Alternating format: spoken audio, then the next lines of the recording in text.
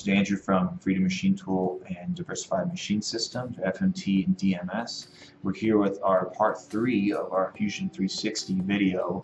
What we're going to do now is actually tackle how to toolpath our bookshelf so we can create this on a router.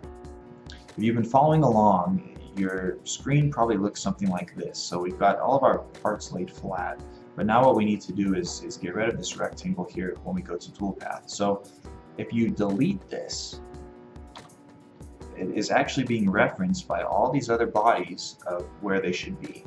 So there's really no reason to delete it. What you can do is just click this light bulb there and make it disappear. So we're still keeping all of our position in place, but by doing that, we don't have to worry about that showing up. I'll show you what will happen if we keep that there and we switch from model to cam. It will now leave that as if we want to toolpath it. You could still get away with doing it like this. I just think it's a little more messy. So let's come back to model. Again, we're just going to hide that and now jump into the cam side of things. So for this, to create this, you'll need ideally 3 router bits. You could do this with 2, depending on how precise you want to get in some of these pockets. But you will need a 1/2 inch flat end mill. I would say something like a compression bit if you're doing plywood. You will need a 1/4 inch flat end mill, and you will need an 1/8 inch. You can skip the 1/4 inch if you want to go a little bit slower on the 1/8 inch. I'm not quite sure your machine don't want to tell you wrong, but I would definitely look into that. So again, the nice thing about Fusion 360 is you can actually model and toolpath in the exact same program. You don't have to continually jump between programs to do so. So what we want to do is we want to create a new setup. Your setup is what's going to contain all your toolpaths. So if you want to think about it, at the top of anything is your setup, which is your stock material. And then underneath it's toolpath 1, 2, 3, 4, 5, whatever you're doing. So we can do this setup here and new setup. So notice what it's done is it's already created a general stock for us, but I like to go to this first, and instead of doing a relative size, I like to do a fixed size. And what that means is I'm telling Fusion that this is the size of my material. In this case, yes, it is 48 by 96, but we're going to do 0.75.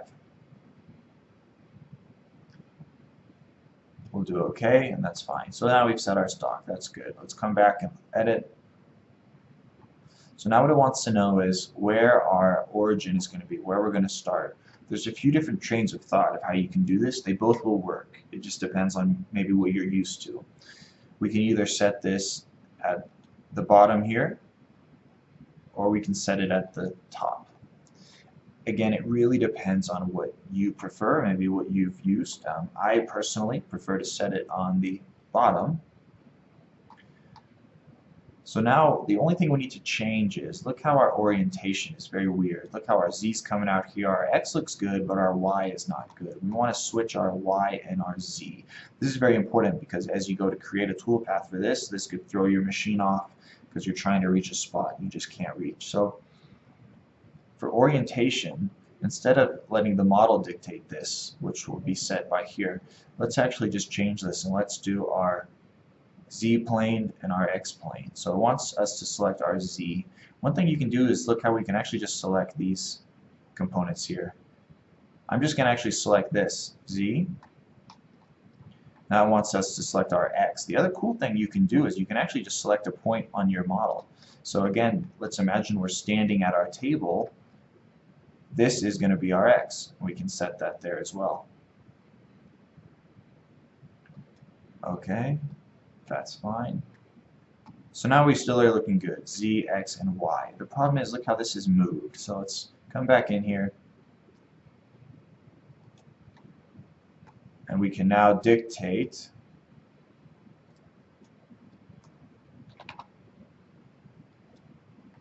where we want that to be. And again, I want to change this. I just prefer to have this set below. So stock point. Again, really, its origin is asking you what do you want the origin to be, and it's saying stock point, so pick a point. I could also just say a selected point, but we want the machine to know where our stock is so that we can still take advantage of any G51 kind of things or look ahead so know that we're going to run into our material. So again, let's just do box point and let's select this bottom there. Now if you look, our Z is still giving us problems. That's fine, we can just change this again. Our Z will be up. Our X looks good and our Y looks good, and we'll do OK. Alright, so now we look good. We've got our Z axis coming up and down, our Y running along the long axis, that's just how our machine is set up, and our X running here. So we now have our parts sitting in a 48 by 96 piece of material. If you want, we can quickly verify that this is enough space on the side, which it is. Looks good to me. Looks good so far. Okay, so our setup, we're confident with that. That looks good. You can use your setup to essentially be whatever size material you're using. You know, if you're using a material that's the size of this notepad, just measure your notepad and you can set your setup as that if you'd like. You know, so you have some flexibility in how you want to do that. Let's right click and edit, make sure we're not missing anything. Stock looks good. You don't have to do anything with this particular post-process screen. That can just remain as it is. So don't, you know, flood yourself with more information than you need to. Okay, so now we want to actually generate a toolpath. So within Fusion 360, we can come to 2D and contour. What we want to do first is let's actually cut everything out. Contour looks good.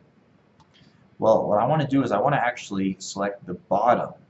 So notice how I can select either this bottom ring or the top ring, if you will. Let's just select the bottom, the bottom, bottom.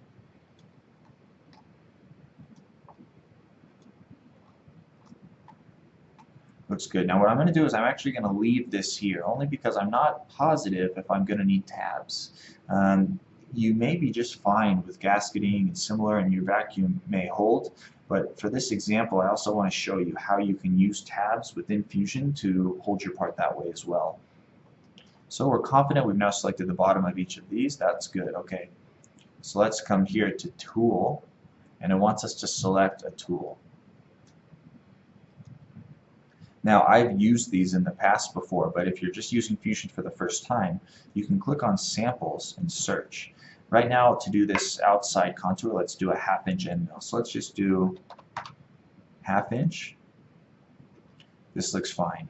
Don't get too hung up on if it's under aluminum or brass or similar. That really is not going to matter for this. We just want a 1/2 inch end mill. That looks good. This coolant component, for our machines, we don't typically use coolant, although if you were doing something with aluminum, you could use something. I probably would recommend it, but for now we can just do disabled. For spindle speed, let's just do something like 15,000. And for surface speed, or feed rate, let's just do 500. So now look what I did. I made all of these numbers the same. Our cutting feed rate, our lead in, our ramp, and our plunge. You don't have to do that. You can have these all be different, but at least on the FMT, being able to control the feed rate at the machine, you know, I would rather go at 500 at 100% and then back it off or try to speed it up than have the machine dictate that. You know, I want to stand there and listen to it and hear it and then make edits as it's cutting. That looks good. Our geometry is fine. Our geometry is just where we'd select our toolpath here. Now this is important. This can get a little bit confusing when it comes to heights. So what it's asking us is our clearance height is how far it should go when it's moving between objects. In other words, a safe height, if you want to think about it like that. Our retract height is how high it will go to move from point A to point B, if it's able to without hitting something. Our feed height is where we will actually start to have our spindle turn on, as well as generate our toolpath, if you will. But really the important two are top height and bottom height. So because we set up our setup well with our stock material being a 4x8 sheet of plywood or MDF or similar, our top height is good, stock top. Our bottom height, we're going to do stock bottom. and OK. So now what this essentially is going to do is it's created a toolpath that's going to cut through this material. We're doing this in a single pass, but you could do this in multiple if you wanted to. What we can do is we can come here and press simulate, and this will show us what it's doing. I always simulate before I post-process just so that I know what it's doing and have a good idea of what's going to happen when I take it to the machine. So that looks fine. Exit that. OK. Now I want to show you how to do tabs. It's the same thing, 2D, contour, select the bottom of our little part here. Let's go to our tool again. Good. It saved our tool from before, 1/2 inch flat end mill, saved all of our speeds, which is fine. So now under this geometry tab, this is what it looks like. It's the blue one here. You have a button that says tabs. So click that. This will allow us to essentially create our tabs that will remain here after we cut this. Let's do something like, 0.75 of an inch, and we can make them maybe 0.2, and how about we do them every 8 inches, something like that there. Yeah, maybe every 7. Get an extra one, and do OK. Now what we still need to do though is set our heights. That looks good. Remember, our top height and our bottom are the most important for most applications. Let's do stock bottom. And OK. So now what that has done is it's inserted tabs there. So we're going to cut, cut, cut, come up, come back down. So now we have tabs on this little piece, just in case. Again, you may get this down to a science and hold it with vacuum, but just in case, tabs are just a really simple way to hold down parts. And doing it in Fusion 360 is fairly easy.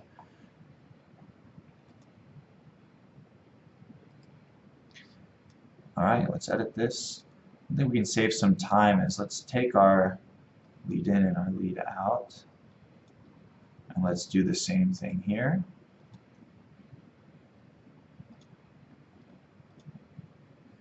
Because we're just cutting plywood in this case, it's not the most vital thing for us to do that. So we've now created our 2 contours. Let's create our pockets. 2D pocket. And now what I'm going to do on this case here is I'm actually going to go to our top view so we see everything from above. And we're just going to select this.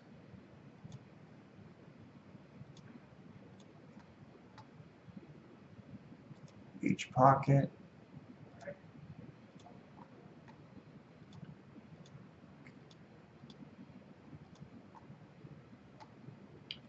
Okay, looks good. Let's make sure we didn't miss anything.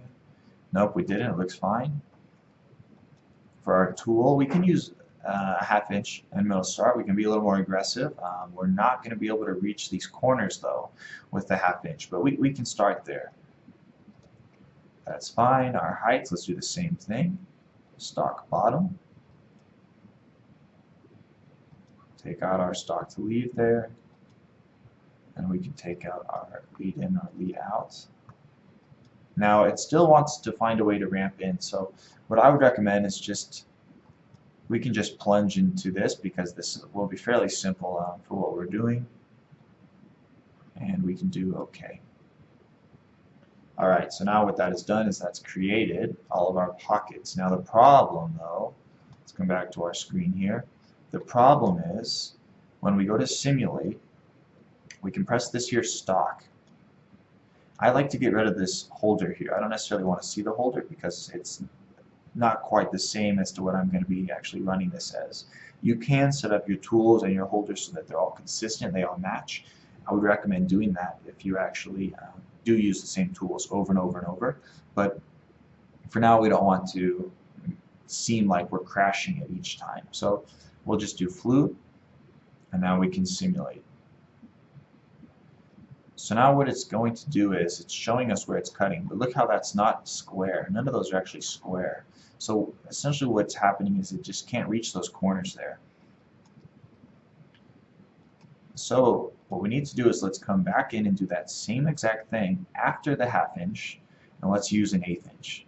So to save ourselves a little bit of time, we can actually left click on this toolpath, the pocket, right click and let's actually duplicate it. Now we've created another one here. Let's right click and edit. So it's keeping everything the same. Look, our heights are the same, our plunge is the same, everything's the same. But now let's change our tool.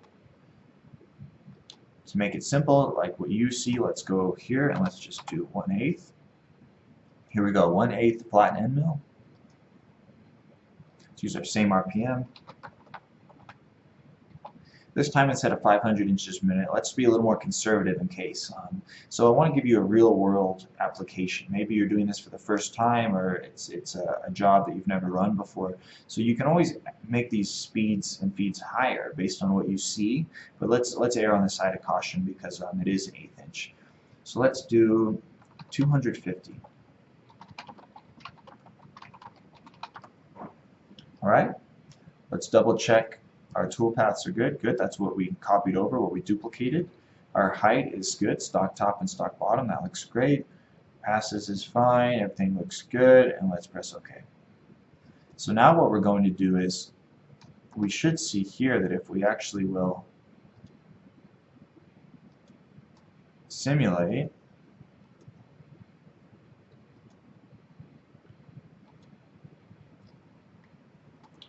ooh, so look what's happening. We're getting a bit of an error here. So we're not actually cutting the pockets like we want. Let's see if we can figure out why that is. I'm guessing it has something to do with our height here.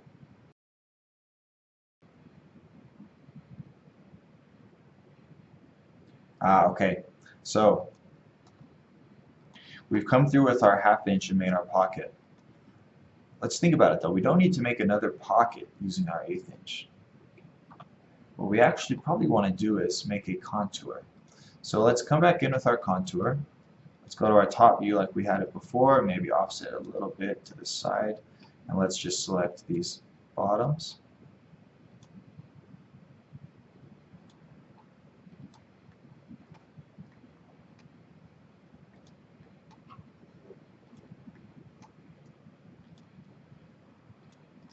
And there should be some more here.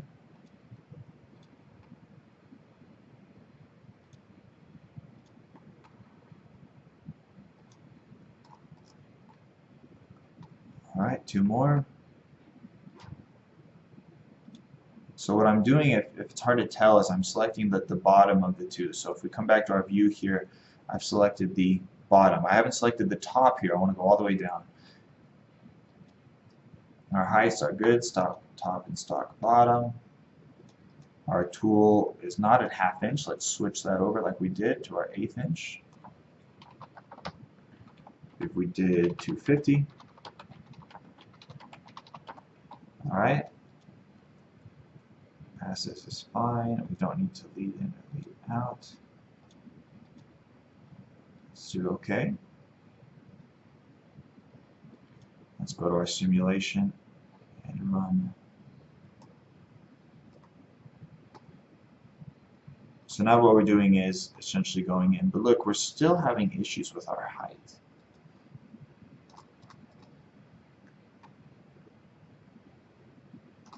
Let's see what happens if we simulate without our stock here. And we can just include our holder for fun.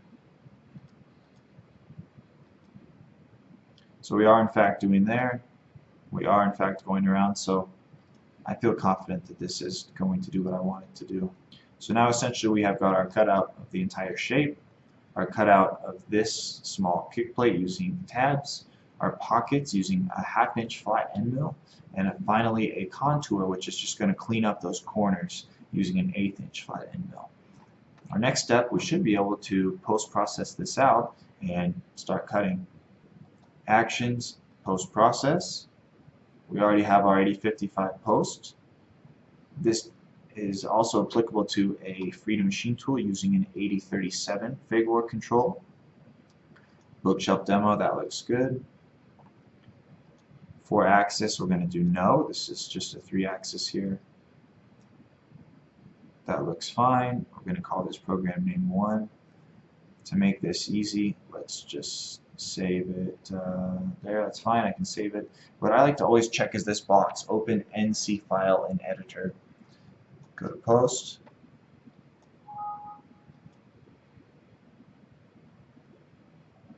And there is our toolpath.